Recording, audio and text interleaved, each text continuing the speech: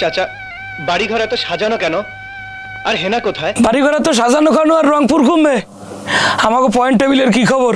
রংপুর কি বাইসে আসে না তলার নিচ চলে গেছে?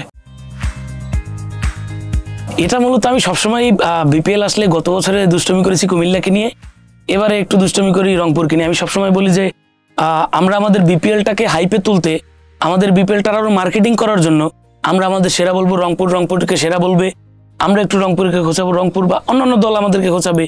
এভাবে আসলে আমাদের বিপিএলের আমেজটা তৈরি হয়।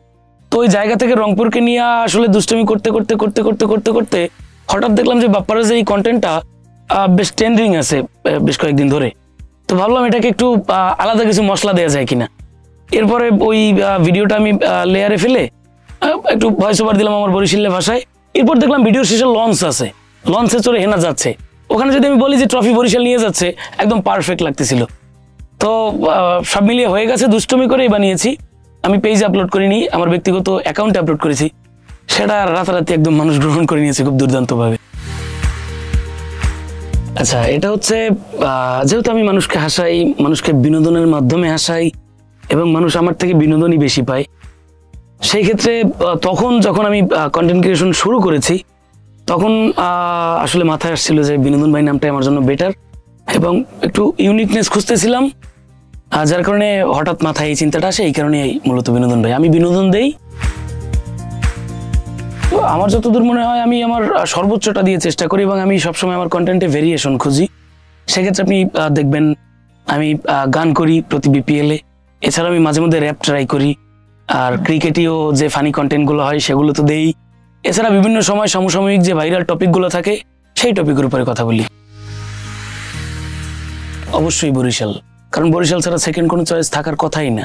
কারণ গতবারের এখন বর্তমান ডিফেন্ডিং চ্যাম্পিয়ন বরিশাল, প্লাস এবার টিম মেকিংয়েও বরিশাল বেস্ট।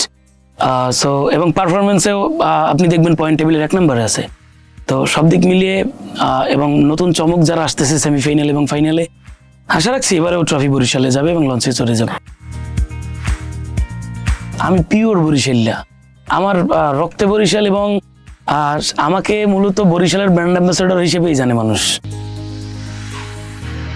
চাচা বাড়িঘর এত সাজানো কেন? চাচা বাড়িঘর এত সাজানো কেন আর রংপুর ঘুমবে? আমাকে পয়েন্ট টেবিলের কি খবর? রংপুর কি বাইসে আসে না তলার নিচ চলে গেছে? হালার বহালারে কেমনে কম যে রংপুর আস্তে আস্তে পয়েন্ট টেবিলের তলানির দিকে চলে যাইতে আছে।